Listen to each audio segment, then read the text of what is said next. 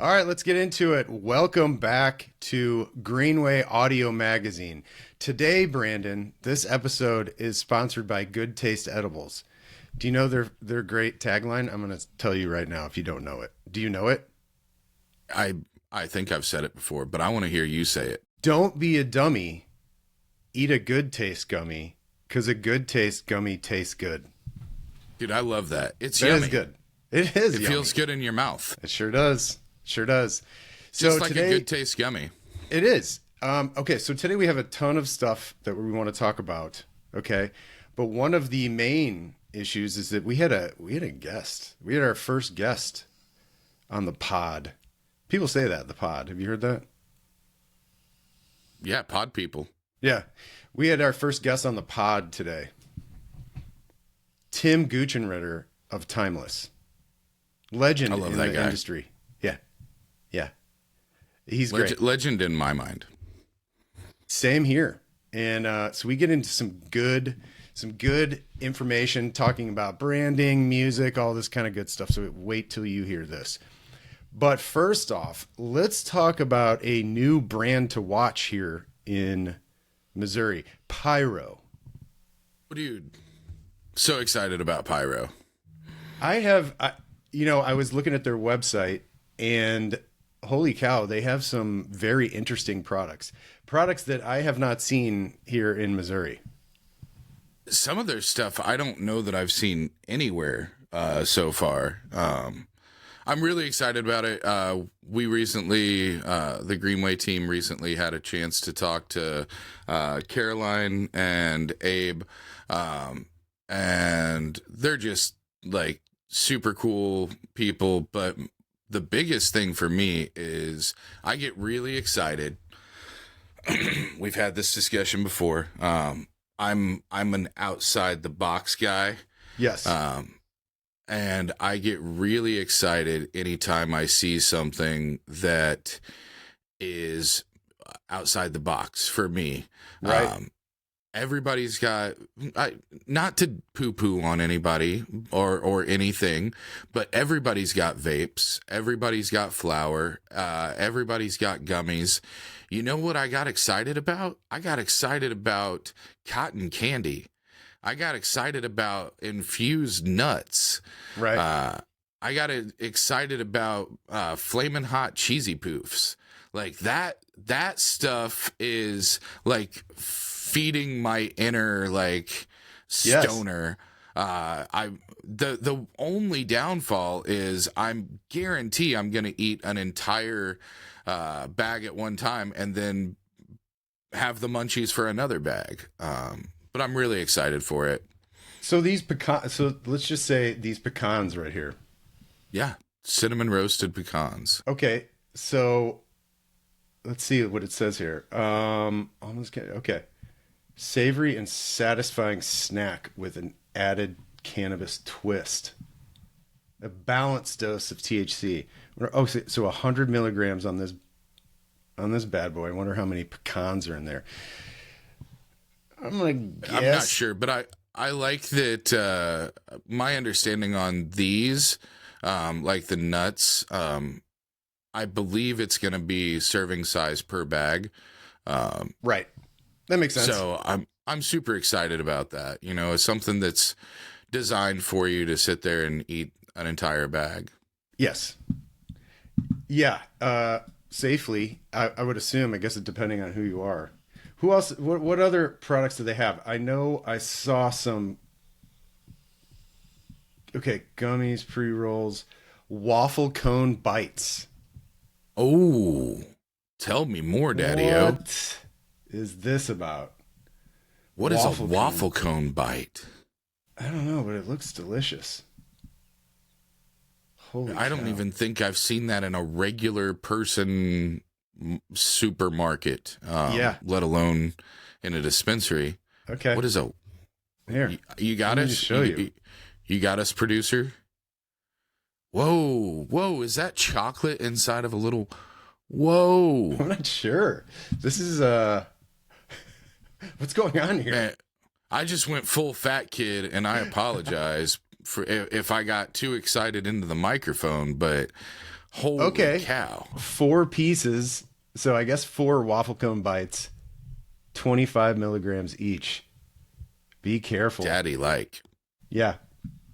That's cool. What else do you know about Pyro? They are new to the market. Yeah. So some of the things that we've learned in talking to them, and, I'm pretty tight with Caroline. I usually talk to her about once every month or so. She's great. She's rad, man. Such a cool individual and just good human. But in talking to her and in getting to know Abe and some of the other people over at the team and stuff, their whole thing is just trying to be innovative and creative and produce quality products that people can be excited about, whether it's whether it's their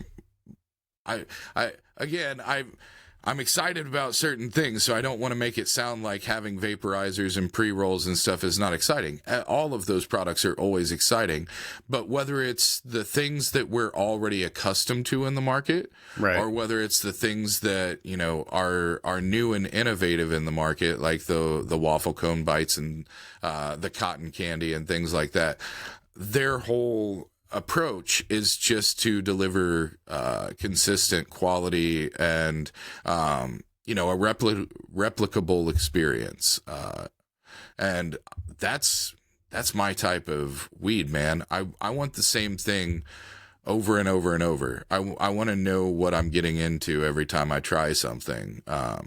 So I'm their brand is Potency You Can Rely On. Or is that what it stands for?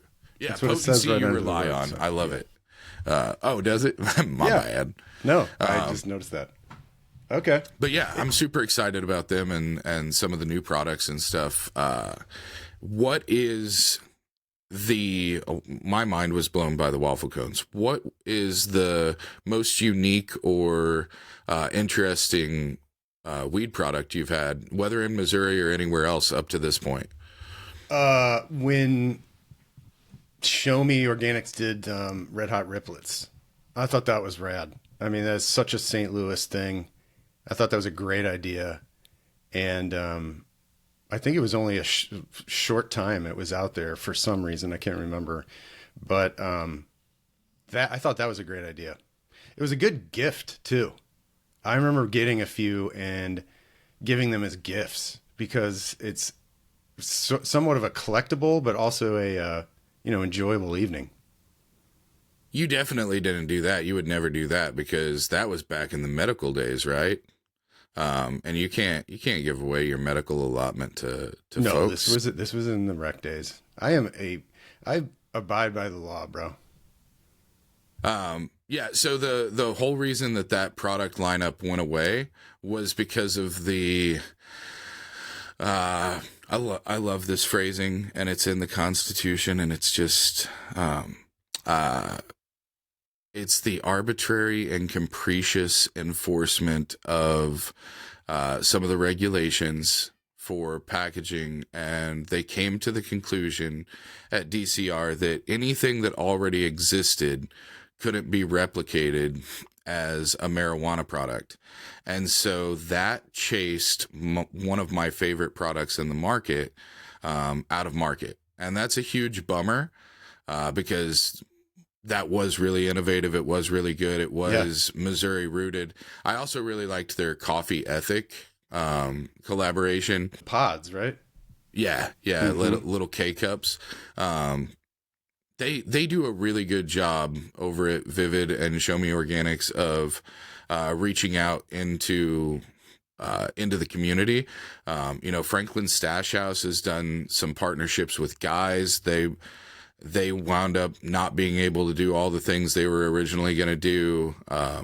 There's been a handful of, and I know I'm missing some, so I apologize, but there's been a handful of really cool collaborations that have suffered an early demise for no reason other than the way that we started regulating our program and the way that we administrated the regulations with the launch of adult use was, in my opinion, and I'm just one person, I think we really overreached as far as the regulatory side.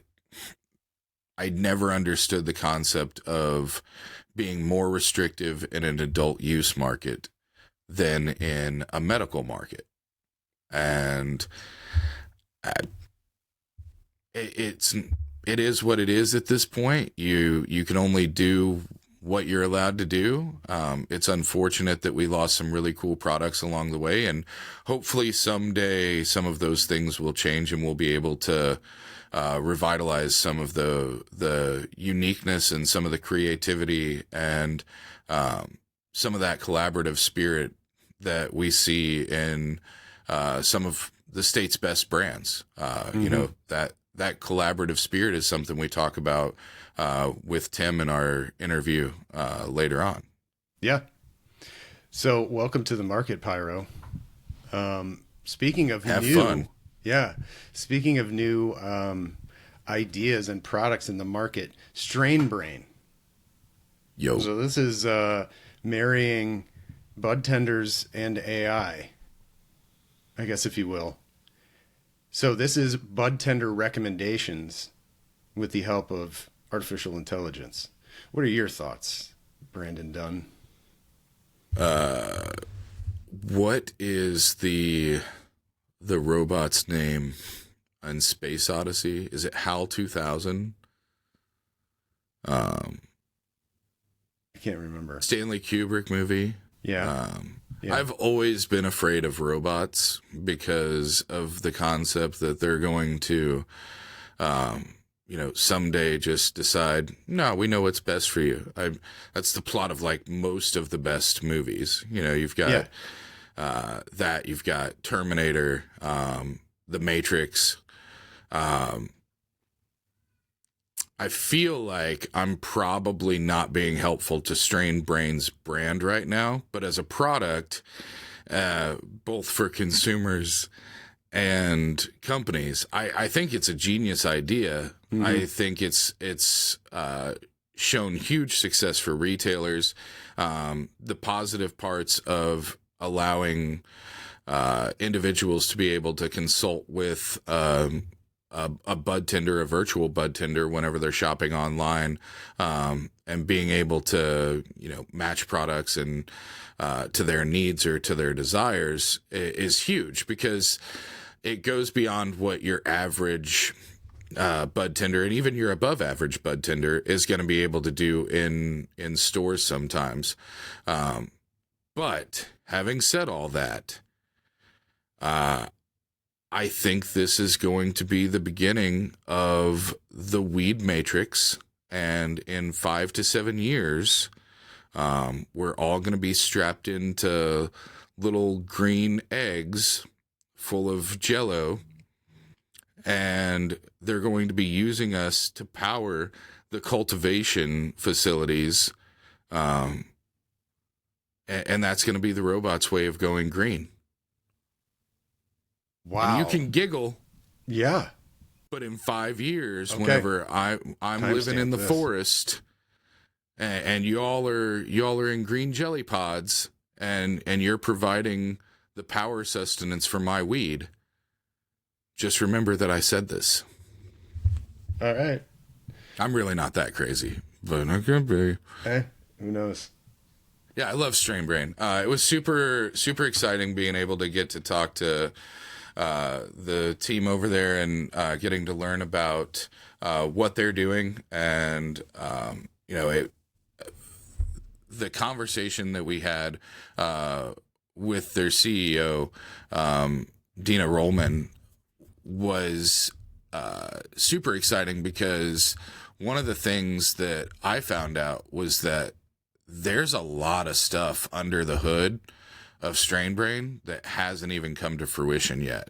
I can imagine. They're looking ahead at things that they're going to be able to do with the tech that they already have, and it's going to be super compartmentalized in a lot of ways. They've got so many subsections of what they can do that it really does almost like a neural pathway. Like this branches to this, branches to this, branches to this.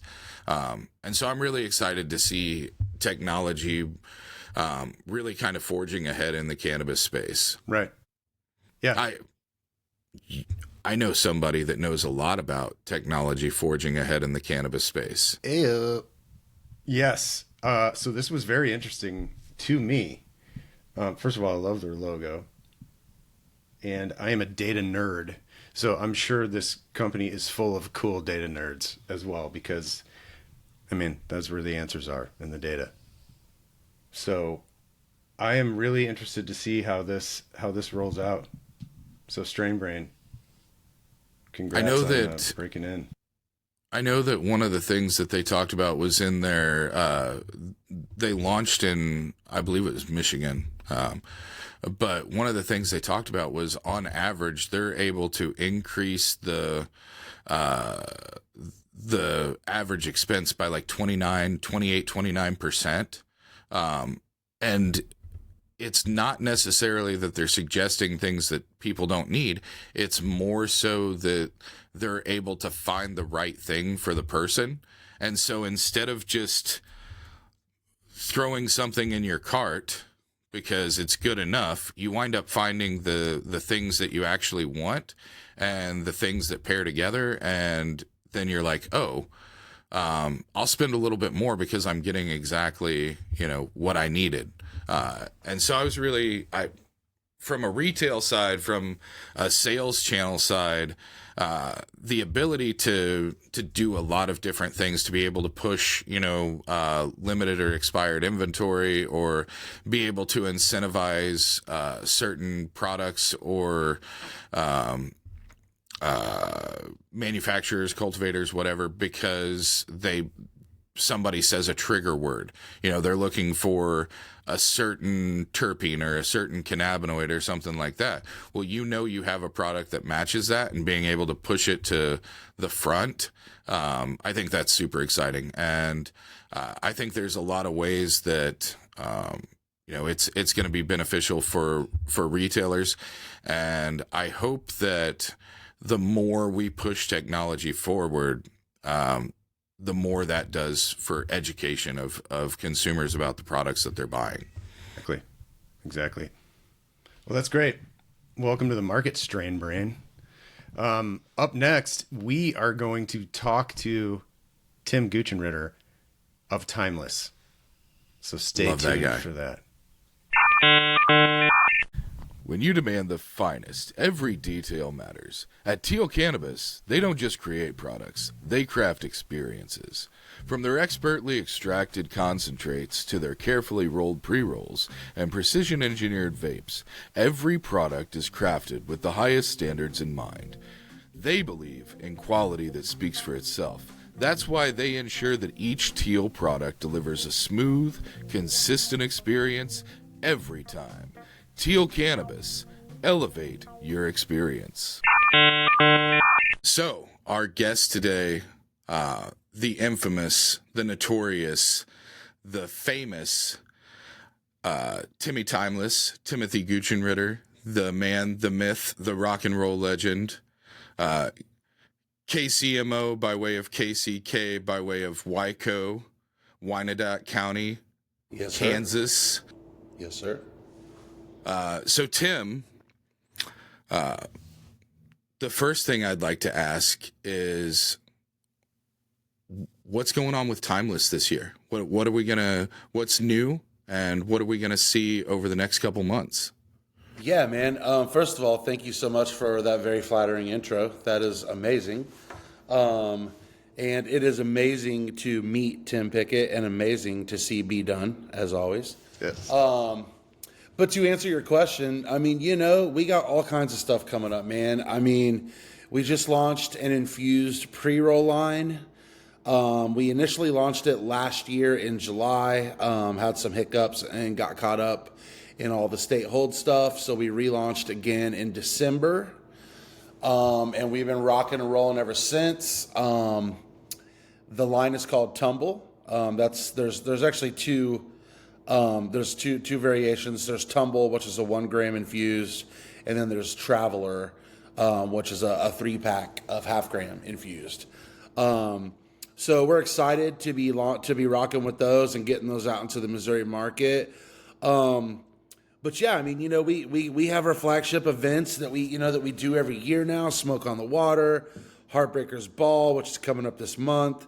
Every quarter throughout the year, we're doing a legacy drop with an artist. The first one this year was with Kevin Lyons, which if you're not familiar with his artwork, I highly suggest you check it out. He's super, super cool. Very, very excited to be collaborating with someone of his stature for sure.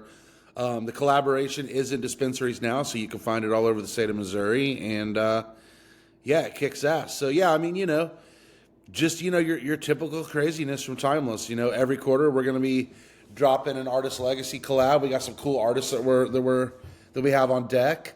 And there's a possibility of us releasing our rosin line in 2025, which is called Azul. Yo. Yeah. Okay, that's spicy. I like that. Yeah. Yeah. So the Kevin Lyons drop, you guys, one of my favorite parts of it was his kind of reinvention of the Timeless logo. Yeah. You can see the original logo on the hat right now, and his drop like reinvents the little drops of extract and stuff, and I just really dug that. I thought it was super cool.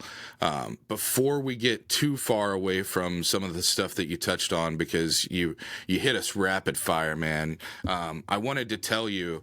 And shout out to Dub, but that Smoke on the Water event that you guys did at the lake this past year was just ridiculous, and the partnerships that you guys brought in for that, I think everybody had a fantastic time. I think it was one of the coolest events that we've seen that brought both consumers and industry together.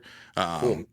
Timeless just knows how to party, and you guys have such a great community outreach team with your kindness team, but also with guys like Dub that are actually organizing the events and kind of the boots on the ground and stuff. I just really wanted to show appreciation for how unique and how cool some of the stuff you guys do. The Weed Olympics that you guys did last year, just constantly doing really cool stuff that is above and beyond what I think most people expect from a weed company. I think it's really common for everybody to have a pop-up event or to show up at an industry event or something like that. I think it's less common for people to host something where the entire intent is not necessarily to promote sales, but just to promote having a really good time and promote your partners and brand partners and things like that. So, dude, first and foremost, fucking appreciate that. And that's that's one of the main pillars to our company at Timeless is culture and community, man. Like we want to do things differently. We want to be there for the entirety of the industry and the culture and the community that surrounds it. And I will tell you that 2025's Smoke on the Water is going to be even more crazy than 2024's. So more brands, more activations. It's going to be more concentrated this year. And also, not to bounce around all over the place, but shout out to Dub and H-Bomb and that team. I will say I have the best team anyone could ask for in Missouri. They're great. They understand the mission. And yeah, I mean, it's really cool to be able to put like events like that together. I mean, working for a company like Timeless that really enables us to be able to do these kind of cool things. It sets us apart, not only as a company, but as people as well in the industry. So really, really excited that people take notice of that for sure. Absolutely. I can tell you, Tim, I mean, I know he's been with you for a while, but Max is, you guys hit a home run with him. He is such a good representative for Timeless and everything you guys are about. I just love seeing him out and around. We always get to catch up. And I will tell you, you guys, on top of all the cool stuff you're doing, you also make great merch, like literally Thank one you. of the best quality hats, t-shirts, all that kind of stuff, pins. I'm going to show you this right here. I've been wearing, this is like OG. Yeah, that's old school Noir there, baby. Yeah, dude. Sick. I've been wearing this to Fire. the gym at least one day a week for probably the past 4 or 5 years. Fire. Love it. Hell yeah. Yeah. Yeah, man. I mean, that's the other part of it. The co-founders, or the co-founder and the founder of the owners of Timeless, they got started in fashion and You can tell. streetwear, and yeah, so that stuff's important to us. You can see, like, here's the old, we like to do school. riffs on stuff, and it's something that we believe in and we love to be connected with. So we're always stoked to see people rocking our shit out in the streets, man. Absolutely. We love that. Hell So, yeah. so I think- tell me, sorry, Brandon, go ahead. You're good, brother. I think to Tim's point about the quality of merch, one of the most iconic things about Timeless is the flip case. Yes. I mean that click sound. I could. There it is. I could listen to that all day. I call it my adult fidget spinner. Like, I sit there and I annoy everyone around me because I'll just sit there and flip it back and forth. But that level of quality and investment into differentiation, and really putting your stamp on something that's a little bit out of the box. It's not necessary, but it's 100% of value, because how many times have you put a vape in your pocket or in your bag and it comes up and it's got lint or it's clogged because it tipped over or whatever? The flip case like solved a problem that people didn't know they had in a way that created all these opportunities for cross-brand promotion, for partnership, for bringing in opportunities for charity. The Shred for the Cure. Tim was talking about the amazing merch and stuff like that. What's cooler than skateboards and stuff with your logo on it, and a flip case that goes along with it? Like, you guys as a company have done such a good job of encapsulating an experience in both the product and the merch and the swag that you guys either give out or sell. And I just I'm such a brand geek that's one of the main reasons I fell in love with the brand. And so I just wanted to shout that out real quick. No, dude, I 100%. And I'm the same way. Like, I would much rather support a brand where I am getting more of an experience.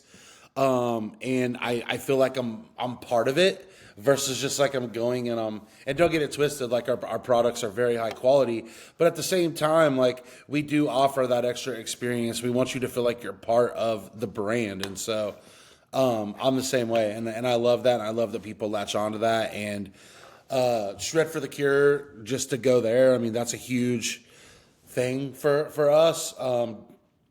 There's a story behind it. I really encourage you guys to go check it out. I know you have already, be done. But we're doing it again this year. And props to, once again, Dub and my team. They made it a national campaign. So we're doing brain cancer charities in 7 states, which is amazing. So yeah.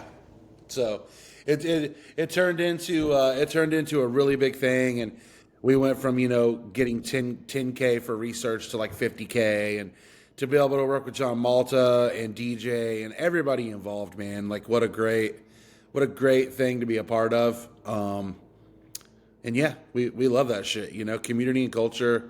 Those are the main, that's it for us. Yeah. So that is a great description of Timeless and what you guys have going on and what you guys have coming up. Tim, personally, how did you get into cannabis? Like, what road led you here? Because it's honestly, it's crazy, man. Like, I come from the music space. I owned a couple music venues in Kansas City for quite some time. the Riot Room, and Czar. We were on our 14th year at Riot Room, and that's when COVID struck. So it shut us down, you know, like the wheels that had constantly been moving just stopped. So it was fine, you know, for a minute because no one knew what the hell was going on. And then after some time kind of drifted, I'm like, shit, am I ever going to be able to open my clubs up ever again? Like, what is happening? So long story short, a friend of mine that I know from the music space, who I've known a really, really long time, shout out Kat, she moved to Arizona a couple years prior to COVID, and started working with the Timeless guys. And they were looking to launch in Missouri. They were like, hey, you lived in Kansas City. Like, do you know anybody up there? Like, you know, we would love to get something going in that state. And she was like, yeah, I know a lot of people. And for some crazy reason, I was one of the ones that she thought of. And she called me and she was like, what are you doing? And I'm like, losing my fucking mind. Like, I'm applying for insurance to sell insurance. Like, I have no clue what I'm doing or what is happening. And she was like, well, I have a really interesting opportunity for you. And I was like, no shit. And that's pretty much it. Like, wow. She passed me off to the guys. They flew in to Kansas City. I met them. It was still during COVID, so there was nobody anywhere, like masked up, like it was crazy shit. I met them at an airport hotel in Kansas City, and just like shot the shit with them. It was, I guess, an interview. And from there, the rest is history. It wasn't like maybe a month or two later, I was on the team, and they were like, do what you do. So I had this amazing grace period in the beginning of like 6 months to like really, you know, the program hadn't launched yet. Our company hadn't launched yet. So it was great to be able to get out and meet people, you know, kind of, you know, let people know who you are and that we're going to do this shit. And then the rest is history, man. Here we are. That's amazing. So, ironically, I think the three of us came from some form of the music industry into this industry.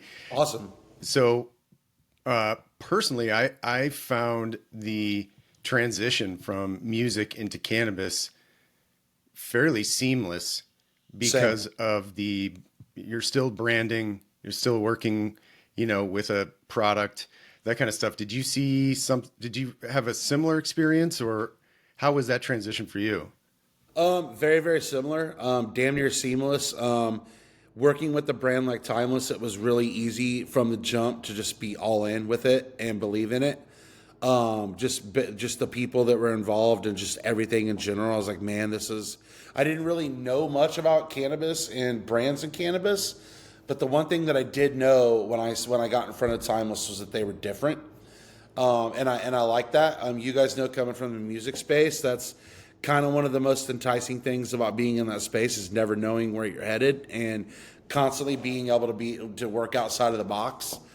So yeah, I mean, it was super seamless. I'd been stomping around Missouri already for my whole life. I toured in bands before I owned music venues. So I definitely got way more of an extensive look into Missouri being in the cannabis game versus the music game.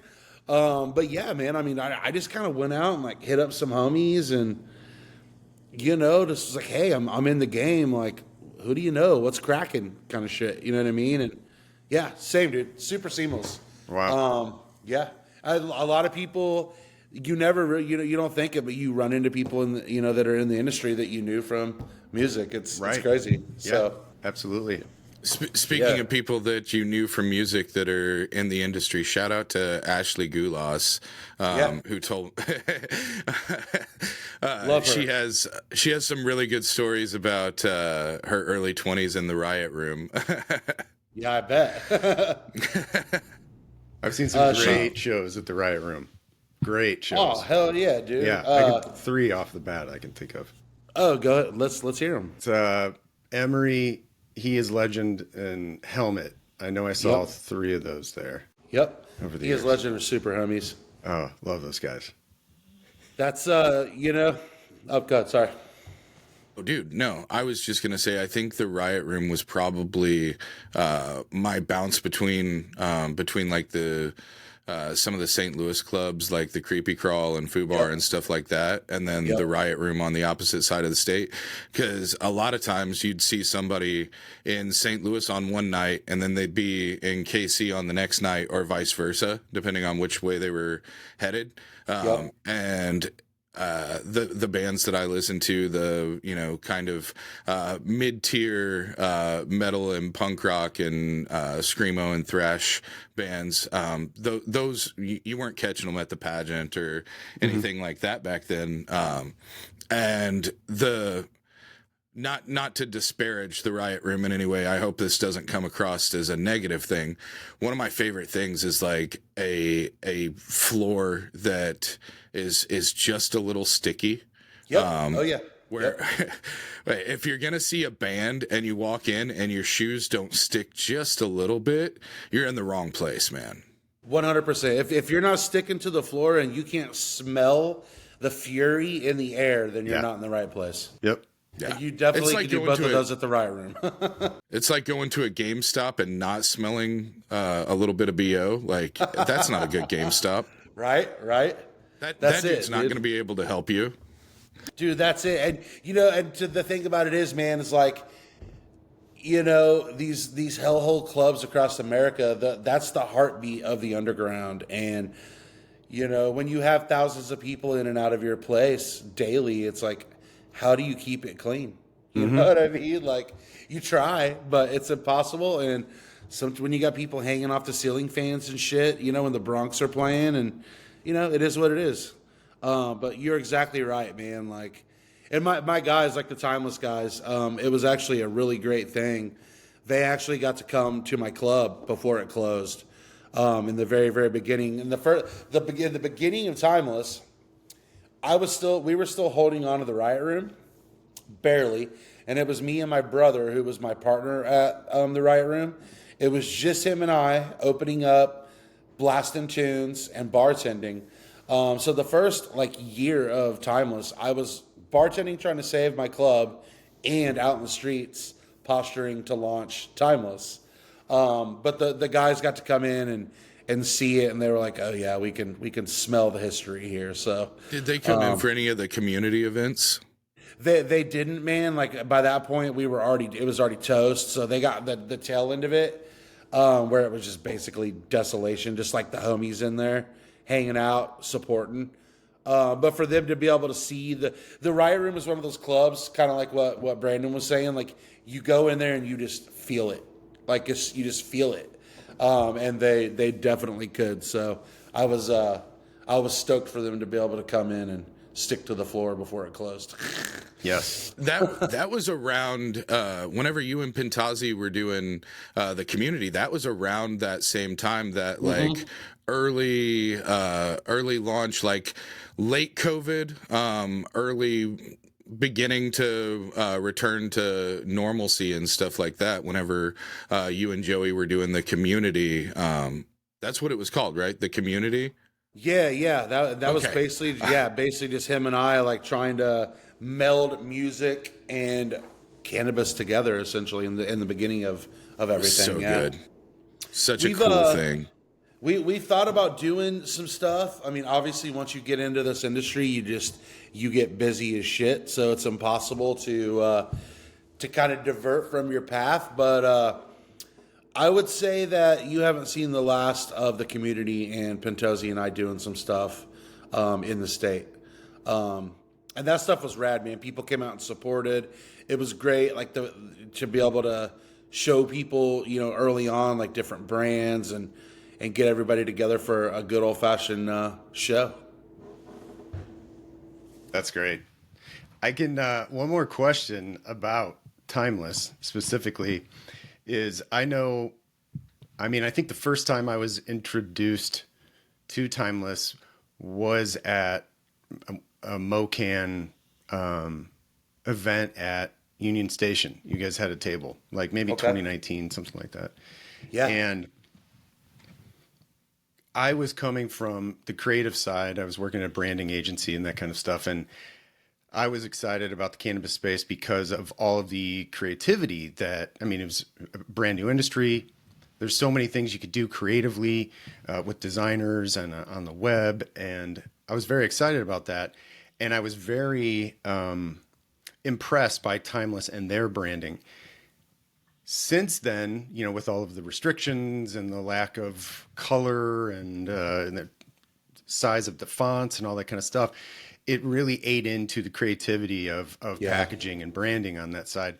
But I have not seen it affect you guys for some reason. Why is that? So that's actually really, really interesting topic, because I was fucking mortified that we were going to have to change our packaging, because I really, really do believe that our design and the way we package our products is some of the best, if not the best in the game.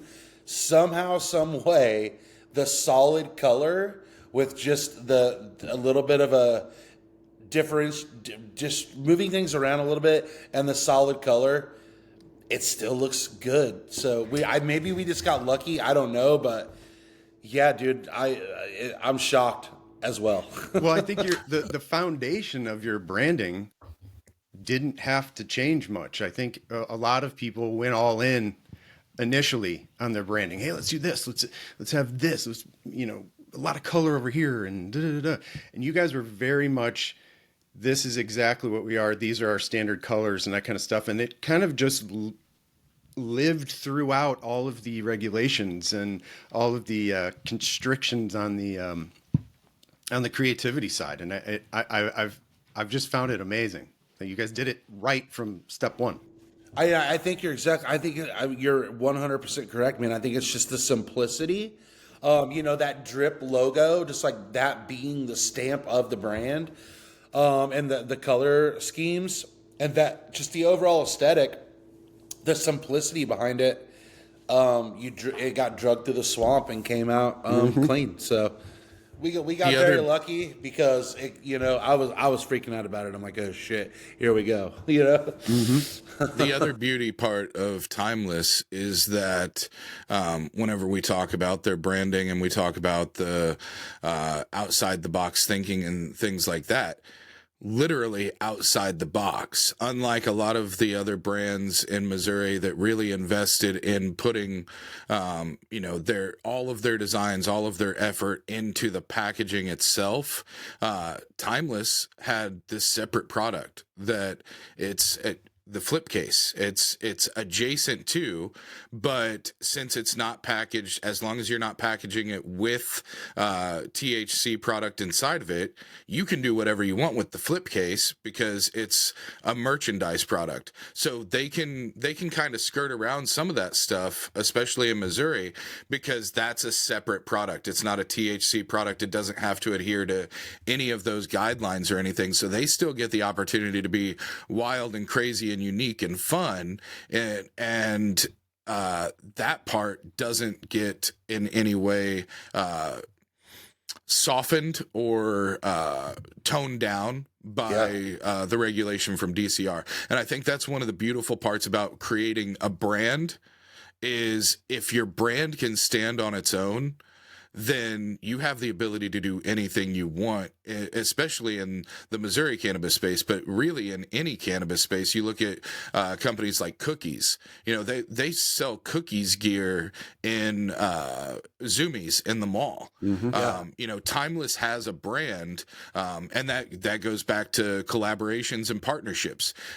Tim's rocking Wyco Vintage on his noggin right now. Some of the coolest collaboration stuff that I've seen over the last couple years was the Timeless Wyco Vintage collaboration drop. And so whenever you can have a brand that sits on its own and creates a dynamic and engaging product in and of itself, then you can partner it, but you don't have to be restricted by the regulations of DCR or any other governing body throughout the continental U.S. and beyond. I'm sorry. Yeah, dude. Welcome to my TED Talk. The Continental. I totally agree. I think that like having that extra muscle to drive to drive the bullshit that you deal with. I think I've never really thought of it that way, but once again, in the glory of collaboration, that's just one of those things. It's like if you have a great brand, you should be able to align with other great brands that you believe in. And when you could do that and you could be successful and you can take it to the people and offer them something special like that, who fucking doesn't want that in life? You know what I mean? And the collab, being able to collab with my cousin, who owns Wyco Vintage, was a lifelong fucking dream, man. Like, to be able to collaborate with family and do something that kick ass. I mean, Dunn, you saw the merch was sick. We did a fashion show. We did pop-ups all over the place. Like, it was super rad. We did the little seed packs, and had them when we hand stamped them. And the campaign with Tim, I don't know if you're familiar, it was called Good to Grow. And we will be doing it again in 2025. So it's one of those things where if it's broke, don't fix it. Smoke on the Water, Good to Grow, and we'll do other collabs and other stuff too. But like, we consider those things kind of like our flagship things in Missouri, you know, like that we want to continue to do every year and just continue to do them better and better, to give the people even a better experience next year than we did last year. That's great. And you now, guys. now you can do that with Tumble. I mean, Yeah, introducing 100%. that. Yep. 100. And we got some crazy ass ideas for that. So we'll see where it leads. Yeah, his newest idea is an adult gymnastics class for Tumble. Why not, right? Yeah, why not, right? No, actually, I don't want to let the cat out of the bag. But one of the things that we are talking about doing is since Kansas City is a big barbecue town, we're thinking about designing like a Tumble branded smoker. Yeah, and having someone like hand make it. So almost kind of like a legacy series kind of situation where we're telling the story of that craftswoman. And yeah, then we'll get the smoker and we'll raffle that thing off to a lucky Missouri citizen. So many tickets. And that's just one of those things, like, you know, we're always cooking, man. We're always in the kitchen cooking. Like, we're working with Slightly Stupid and Iration right now. They're coming through Kansas City in July. So yeah, we're doing a giveaway online. That should be popping up next week. So definitely follow the Mammoth page. We're working with Mammoth out of Lawrence. Definitely follow Mammoth or Timeless. And enter to win. We were doing like 5 different sets of tickets to that show. We'll be popping up at that show and having some merch and some cool shit. So definitely, I know it's like kind of like beating a dead horse, but I strongly suggest anyone that likes cool shit to follow the Timeless Instagram page, because we're constantly doing stuff. Like, chances are you're going to win something, you're going to see something, or that you're going to love, or we're going to turn you on to someone or something else that you're going to love. So I strongly suggest it. Little plug there. Always timeless.co. Get those Slightly Stupid Iration tickets. Thank you to Slightly Stupid Iration and the good people at Mammoth Industries for believing in a cannabis company and working with us. We love that shit. We love that stuff too, and I think that what we're seeing, both you guys were outside of the box earlier as far as brands and stuff like that. I think a lot of brands are starting to catch up to some of the things that you guys have already been doing for a while. Community integration. And I think a lot of that goes to one of the things that I say a lot. I think we're way past destigmatization. I mean, whenever we've got Willie Nelson and Martha Stewart and Snoop Dogg doing a lighter commercial during the Super Bowl that's a bunch of in-jokes about smoking weed, we're past destigmatization. But the last hump for us is always normalization. And I've raised the point before that the biggest part part of normalization is education, but the second biggest part of normalization is integration. And it's integrating it into all the facets of normal life. The places that we already see alcohol, the places that we already see, brand partnerships and things like that. Cannabis is starting to get to that place, and I really believe that, especially in the Missouri market, Timeless is a front runner, a leader, and kind of a trailblazer on promoting normalization and promoting integration into places that that cannabis wasn't, as far as branding, but realistically it probably was, because there weren't a lot of places where cannabis wasn't at. And so I always not myself, but I always try and recognize whenever I see brands that are not trying to bring people to them, but are meeting the people where they're already at. Well, dude, Tim, 100, man. Yeah. Tim, Brandon and I talked about this in a previous episode, but we gave a shout out to you guys for your collab with the Kansas City Comets and being a sponsor there. That's pretty amazing. Being able to see that. Also, I thought that was hockey. You did. Indoor soccer, baby. Well, I mean, it pretty much is, just with a soccer ball. Right. Exactly. Yes. Yeah, it's about how fast it is. And man, like the Comets have been absolutely amazing to work with. Sports is another one of our pillars within Timeless as a company. Sports are really important to us. Athletes, recovery, competition. They rolled the dice, and it opened up avenues to work with other cannabis brands, and they've been super progressive. I will say, like, going there last year and seeing Timeless on the LED banner, the thing, and having our little commercial that we made on the Jumbotron, like, I almost like teared up. I'm like, this is so fucking huge.